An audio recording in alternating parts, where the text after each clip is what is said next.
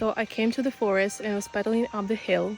5 or 6 men slash grandpas passed by me. I can't believe I'm that slow that even old grandpas can pass me on their bikes. Also, a random beetle was stuck in my hair. Hello, dude. You know what? The weirdest thing ever today is that I've met a lot of people and all of them are doing what? Walking in the forest. A work day. I have a vacation. I'm on vacation and they are just strolling around and having picnics and I don't know, walking with their kids. But I guess that's kind of fine. But like, why would adults, all of them at the same time?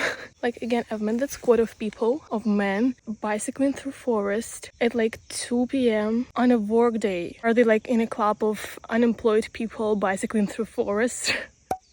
I slipped over here and almost dropped. Thank you, thank you. Thank you, God. I didn't break my spine.